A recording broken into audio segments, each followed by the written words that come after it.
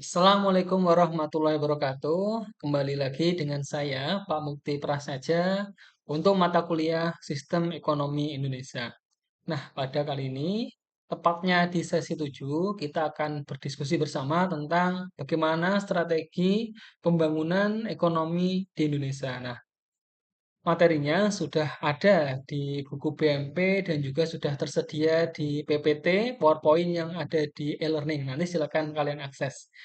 Nah, yang pertama, tentu kita bisa memahami bersama bahwa tujuan pembangunan ekonomi, khususnya di Indonesia, itu sudah ada di dalam pembukaan Undang-Undang Dasar 1945. Nah, tertuang di sana. Nah, dalam mencapai hal itu tentu pemerintah perlu merencanakan apa saja yang harus dipersiapkan. Nah, salah satu contohnya dengan adanya pembagian 3 periode. Dalam hal ini mulai dari strategi pembangunan jangka panjang yang umumnya itu 20 tahun atau disingkat dengan RJPN, Rencana Jangka Panjang Nasional.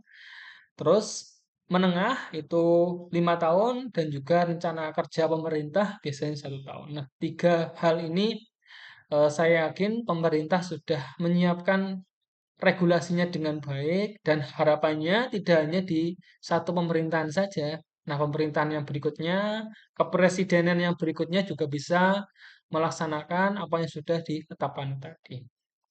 Selanjutnya, kenapa terjadi perbedaan yang mana umumnya antara pertumbuhan ekonomi dan juga pendapatan per kapita? Nah, kita bisa melihat bahwasannya pertumbuhan ekonomi khususnya di industri dibandingkan dengan pendapatan per kapita itu tidak sama. Kenapa hal-hal tersebut bisa terjadi? Apa perbedaannya? Yang pertama, adanya substitusi impor. Nah, kita tahu masyarakat kita, khususnya yang kelas menengah ke atas ya, ini umumnya kalau mau milih belanja, terutama yang kalangan kelas atas itu pasti milih belanja yang dengan merek-merek yang impor. Kebanyakan seperti itu ya kita melihatnya. Nah, kalau tidak diimbangi dengan pertumbuhan industri di dalam negeri, tentu akan berakibat yang tidak baik, khususnya bagi pertumbuhan industri di Indonesia. Nah, ini harus seimbang antara substitusi barang yang diimpor dengan barang yang kita ekspor. Jangan sampai barang yang impor itu jauh lebih banyak yang diterima di Indonesia. Nah, yang kedua, perkembangan barang jadi. Nah, di Indonesia ini tentu yang banyak diekspor itu barang-barang yang setengah jadi atau barang-barang yang mentah. Nah, hal ini tentu tidak maksimal untuk harga yang nanti akan dijual. Oleh karena itu, perlu pemerintah perlu mendorong untuk yang diekspor ini tidak hanya barang-barang yang sifatnya itu mentah, kan minyak bumi, karet, terus pohon dan lain sebagainya itu kan sifatnya mentah ya. Nah, harusnya barang yang jadi, barang yang sudah jadi sehingga akan memiliki nilai yang tinggi atau nilai jual yang lebih tinggi. Makanya ada program hilirisasi itu tadi atas produksi. Jadi kita tidak hanya memproduksi yang atau tidak hanya mengirim bahan-bahan yang sifatnya mentah, namun kita sudah produksi terus kita ekspor seperti itu. Nah, akan tetapi banyak sekali tentu tantangan yang akan kita hadapi atau negara hadapi berkaitan dengan pembangunan ekonomi. Yang pertama, mulai dari rendahnya pertumbuhan ekonomi. Yang kedua, kemampuan ilmu pengetahuan yang tidak merata. Terus yang ketiga, adanya pengangguran yang mana kalau kita lihat berita itu sangat luar biasa ya. Perusahaan-perusahaan dari luar negeri.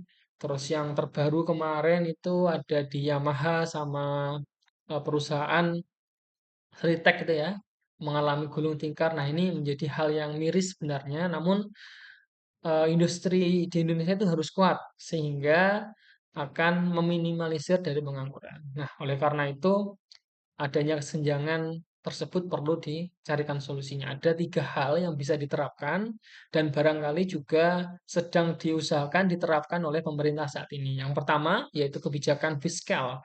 Kebijakan fiskal ini menyasar pada peningkatan pendapatan masyarakat mulai dari pajaknya ataupun bagaimana sih agar penerimaan pajaknya itu besar, baik itu di tingkat daerah ataupun tingkat pusat. Nah, salah satunya dengan pemutihan dan lain sebagainya itu agar masyarakat itu mau untuk membayar pajak. Nah, yang kedua moneter. Moneter ini lebih ke pendanaan keuangan, menerbitkan surat berharga nasional, misalkan SBN atau sukuk, yang mana untuk memberikan pendanaan untuk proyek-proyek strategis yang ada di Indonesia. Dan yang terakhir, secara struktural, nah swasembada, terus penguatan industri. Nah, ini salah satu program untuk menguatkan dari tantangan-tantangan tadi. Nah, demikian dari saya. Terima kasih sebelumnya. Jangan lupa teman-teman untuk mengerjakan di sesi 7 ini ada tugas 3 ya. Nanti kalian kerjakan. Dan diskusi 7 tentu saja kalian selesaikan. Semangat, semoga diberikan kemudahan dan mendapatkan hasil yang maksimal. Terima kasih. Wassalamualaikum warahmatullahi wabarakatuh.